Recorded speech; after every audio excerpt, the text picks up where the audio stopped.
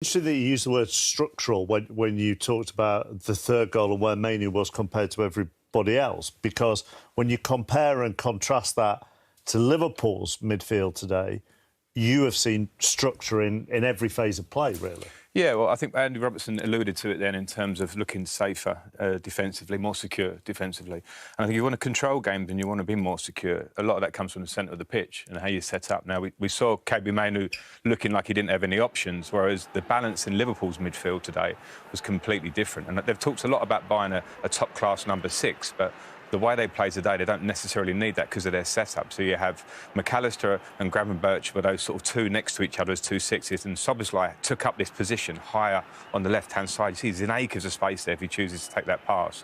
And now very quickly, through playing very well through the lines, they're going 6 against 4 against Manchester United, and they're in big trouble. And we know when they have that quality, we know Liverpool have been capable of this for many years, playing through teams at pace. But there seemed a bit more balance to their midfield today than what sometimes Liverpool may have had previously, where there was a lot of rotations and a lot of different movements. Here, you generally see there the 2 players behind the ball, Szoboszlai behind the midfield, giving them an issue. And when you have those 2 players and those connections and the distances are always good, they rotate off each other, have a good understanding of each other. But if they were to turn the ball over at any of these moments, those 2 midfielders are always backing up play. So it's smart players, dynamic players, as the manager said there was a lot of energy in their game. But you see again here, one can receive, those 2 are close together. Szoboszlai makes a run just to open up the space. And what you want to do with these things when you change play is get your best wingers 1v1 with defenders. So I thought the balance was fantastic. We're very happy. The small tweaks, very smart, I think, from the manager there. He's come into a machine of a team with a lot of talent and a dynamic style. And there's a small change that you think leads you into seeing what you see there. And I think it was interesting today as well, because a lot of people have been talking about the different style, more passes, more build-up. We see that in the first 2 games here against Ipswich and Brentford, where they've had bigger control of a game, but they've come up against what you might see as a potentially more difficult opponent at Old Trafford today. And I think their decision was made to go, OK, we're going to have that structure, but when we can play through, when we can miss out that press from Manchester United, play through them, because you can play through Manchester United when they play like they did today, and they found a really good way of doing it without losing balance to the team. Just on that midfield again, and Szoboszlai playing a role very similar to the one that you played, but from you as a midfielder and from you as a coach, will that have taken virtually ever since Slot got there to work on that?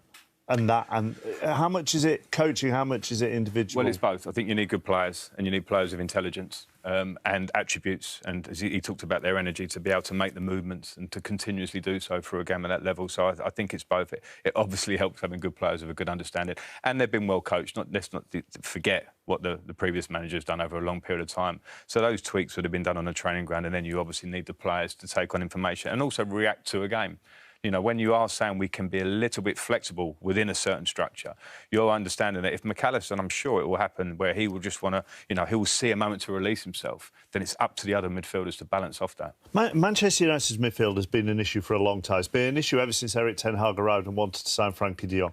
Didn't get Frankie de Jong, right? They've tried again with their midfield this summer. Do the hierarchy need to take some blame here in that the man that they've chased all summer, apparently, in Ugarte, arrives on deadline day, can't be registered, and he's waving at the fans rather than playing in front of them? I mean, it's not all on Ten Hag, this, is it? No, it's not on Ten Hag, but you look at the squad today, you look at the bench, even they make changes, the bench is wafer thin. They've made a lot of investment. This guy should be starting today. It definitely should be. And again, you speak, Dan Ashworth's got on there, Jason Wilcox. They are people above.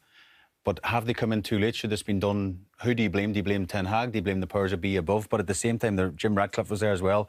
All them people, the hierarchy, the directors. When they're watching that today, 3-0 was it could have been a lot worse. Andy Robertson said after the game, 3-0 was respectable scoreline for Man United, because it could have been 4, 5, 6. They had so many chances, but Ugarte should have been registered. You said they're chasing them all summer. He should have been playing today. The other contrast as well between the two teams, the clips you show of Liverpool is every time they get the ball in the final third, it was slick and the passes went to who they were intended to. And you go back and contrast that to Manchester United in the final third. Yeah, well, I think when you have balance within your team, we just spoke about Liverpool there, then I think it's much easier to sort of construct attacks. With Manchester United, a lot of their attacks, and they have been for a while, very quick and fast-paced. They're moments that happen, and they've got fast players and talented players at the top end of the pitch. But when you attack quickly, it's sometimes hard to follow up play. when you're not structured. Patterns of play don't matter so much in these moments. They're off the cuff. And Xerxes, as you see there, is supposedly a number 9, slightly a false 9, who's not following up plays. You'll struggle to score goals if it's like that.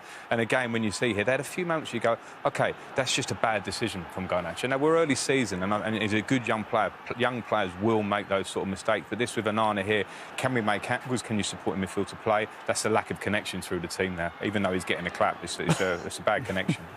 Yeah, it's frustrating, I suppose, for Man United, because they have got the players. Like, Bruno's probably one of their best players, and today he was, I know, miles off again. He's got options here. Garnacho's right. I think it's the easy option, but I think Bruno Fernandes is easy enough to play that through the middle. For Xerxes, and he's through in a 1v1 situation.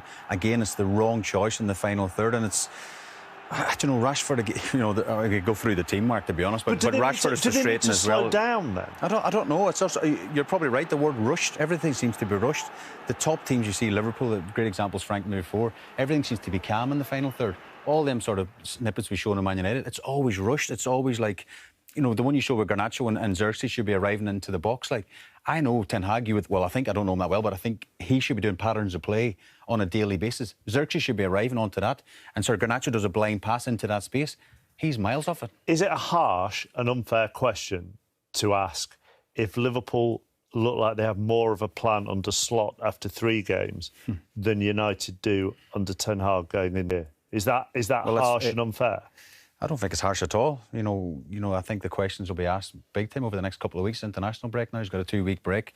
There'll be lots of questions. I know there's a lot of Man United fans now that are really angry with that performance, with the result. And as you say, it's not like he's just come through the door like Slot. He's been there for 3 years. I think Slot has inherited a better team and better individuals and a better player. Liverpool are a better team than Manchester United. I don't think too many people would disagree with that. So Ten Hag himself has said that. Yeah, Ten Hag, and he spent a lot of money. Frank, he spent a lot of money as well. Well, he has, and in terms of recruitment and big signings and big players, there's some that have really not come off for them. And as a manager, and I've been in that seat, you understand that he'll be going, well, if I need players to be able to play. If I want more control of a game, I need to have midfield. If I want to be more of a pressing machine as a team, I need energy in my team, or I need centre backs that can cover. There are so many parts to it, so he will have his reasons for that. So I've got sympathy for that.